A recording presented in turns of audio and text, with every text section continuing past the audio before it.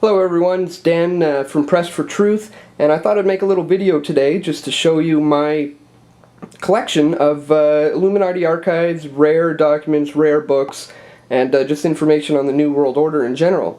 So I've laid out a few things here that I'll show you. And I'll start with this one.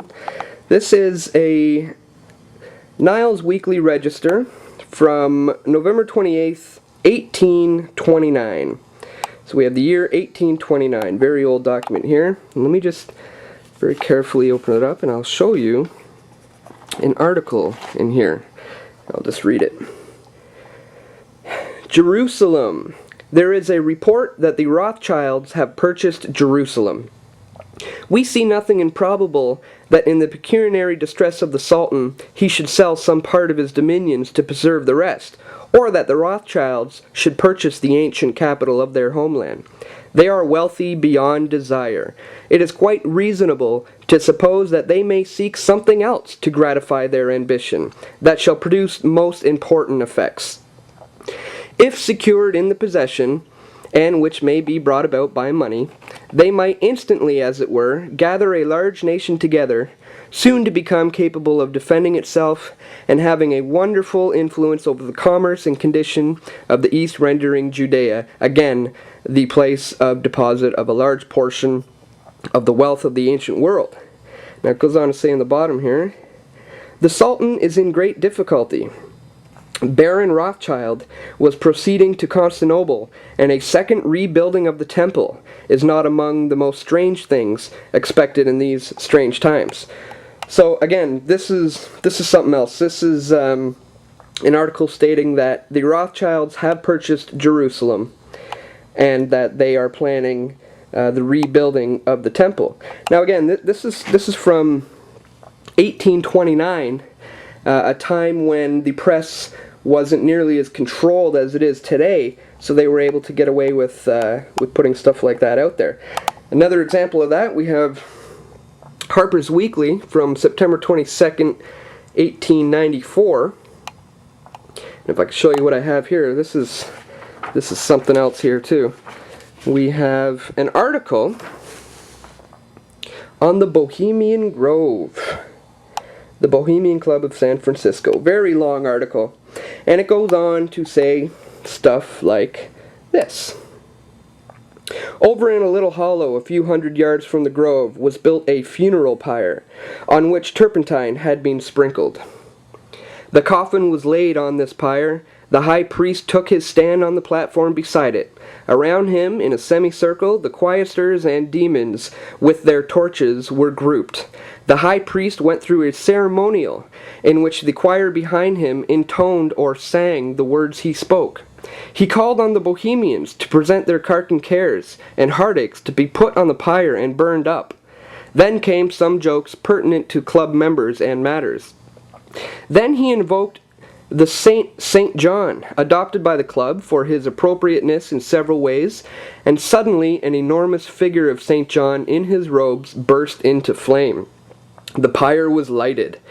Care and the Blue Devils went up in the most beautiful and effective form of fireworks. And amid jubilant cries, the hijinks was over. They've also included artist rendition pictures. Check this out. You have them in their little devils in their robes around the sacrificial altar. We have the giant redwoods there with the little devils dancing around. We have their motto, Weaving Spiders, Come Not Here. That's why I chose the name Weaving Spider for my YouTube channel, because I'm coming for you guys. And yeah, again, this is from September 22nd, 1894. Very, very interesting article there. Okay, what else? We have a copy of Morals and Dogma, what some have called the Bible of Freemasonry, although many Masons would disagree with that claim, but it's commonly referred to as that. A lot of information in there. We have this book here, very interesting. This was given to me by a girl whose father was a Freemason, and she didn't know much about him or the group that he was a part of. So when he died, a bunch of Masons came to her house and collected all of his books. And she managed to grab this one without them seeing, and she gave it to me with some hope that I could shed some light on this group that her father was a part of. So let me just show you what it says in the front cover here. I hereby agree to receive the work upon the following terms, to which I solemnly promise strict adherence. That it shall be used solely for my own information and instruction, that I will not lend or transfer it to any individual whomsoever, nor copy it, or any portion of it, nor improperly expose it, so that others may acquire knowledge of its existence and purport, nor leave it about in such a manner as to be seen by an unqualified individual. Oopsie daisy. Goes on to say that I will not admit the existence of the work or the possession thereof by me to any person who does not hold the rank of principal valesman or some higher rank in a properly constituted chapter. And goes on to say what to say and when, when they're doing their rituals. You see in the back here it has little maps of where to walk around the altar when they're doing the rituals. So again, very, very interesting little book I have here. What else? We have Tragedy and Hope by Carol Quigley. Very, very good read. It's a big book, as you can see, but definitely a wealth of information there. Another one by Professor Carol Quigley is The Evolution of Civilizations. Definitely some good information there about how societies operate. We have Codex Magica from Tex Mars. Secret Signs, Mysterious Symbols, and Hidden Codes of the Illuminati. It's definitely a good one. The latest one from Tex is Mysterious Monuments, Encyclopedia of Secret Illuminati Designs, Masonic Architecture, and Occult Places. That is also a very good one. We have Project Lucid. Dark Majesty, The Secret Brotherhood and the Magic of 1,000 Points of Light. This one's one of my favorite ones from Tex, Circle of Intrigue. The hidden inner circle of the global Illuminati conspiracy. Strongly recommend that one. Mystery Mark of the New Age. The Two Babylons, Papal Worship. This one, Fritz Springmeier, Bloodlines of the Illuminati. I would strongly recommend. A lot of names, a lot of information. It's definitely a good one to have in the collection. What else? Conspirators' Hierarchy. The Story of the Committee of 300 by Dr. John Coleman. This one is excellent. It's a lot of names. A lot of names. I'd strongly recommend it. Behold the Pale Horse by Bill Cooper. It's classic. Gotta have it in the collection. What else? Propaganda by Edward Bernays. This one is excellent. I would strongly recommend it. It truly breaks down the propaganda machine and shows how the masses are manipulated and controlled.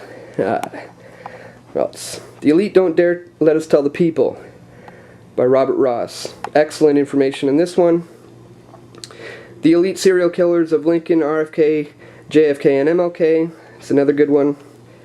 Symbols of Freemasonry. Let's see. Most Evil Secret Societies. This one's not that great. This is Paul Martin's book that he signed for me when I confronted him. This is John Kretchen's book that he signed for me when I confronted him. What else? Satan's Government. That one's pretty good. And then just a couple other, like 1984, Brave New World, another Huxley, Da Vinci Deception.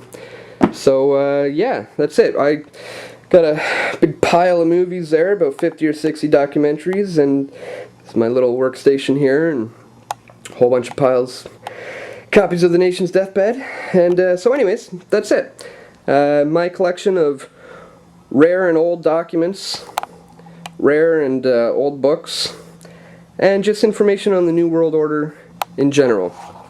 Hope you liked the video. I would love to see what some of you other people out there have in your collection. Post it. Post it as a video response to this, or just go ahead and post it, and hopefully I'll see it. I'd love to see what you got. Anyways, that's it. Peace.